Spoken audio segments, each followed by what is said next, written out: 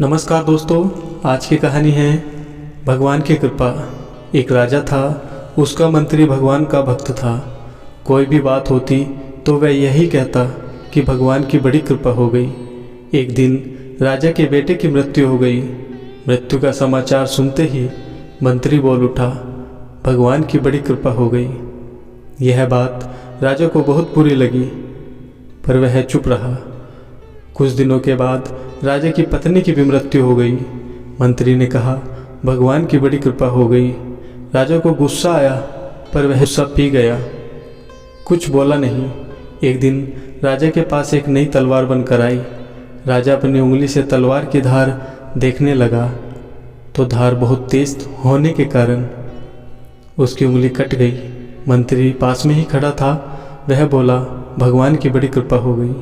अब राजा के भीतर जमा गुस्सा बाहर निकला और उसने तुरंत मंत्री को राज्य से बाहर निकल जाने का आदेश दे दिया और कहा कि मेरे राज्य में अन्न जल ग्रहण मत करना।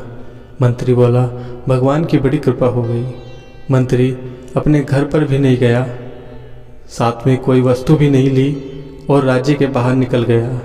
कुछ दिन बीत गए। एक बार राजा अपने साथियों के साथ शिकार खेलने के लिए जंगल गया। जंगल में एक हिरन का पीछा करते करते राजा बहुत दूर घने जंगल में निकल गया। उसके सभी साथी बहुत पीछे छूट गए। वहाँ जंगल में डाकुओं का एक गिरोह रहता था।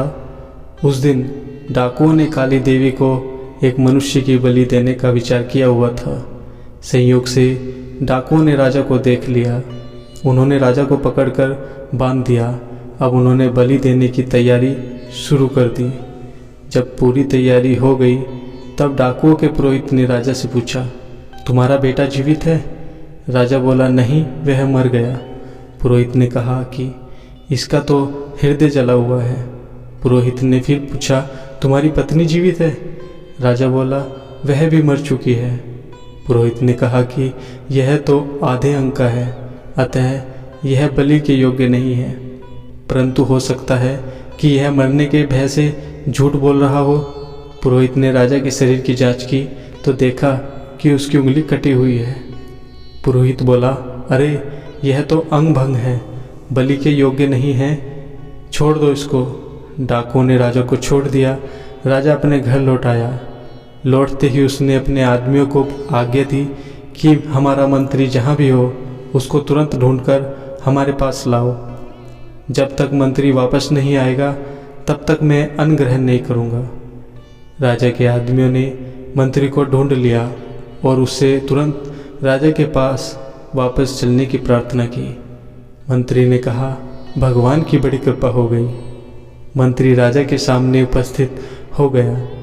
राजा ने बड़े आदरपूर्वक मंत्री को बैठाया और अपनी भूल पर पश्चाताप करते हुए जंगल वाली घटना सुनाकर कहा कि पहले मैं तुम्हारी बात को नहीं समझ पाया था, अब मैं समझा हूँ कि भगवान की मेरे ऊपर कितनी कृपा है।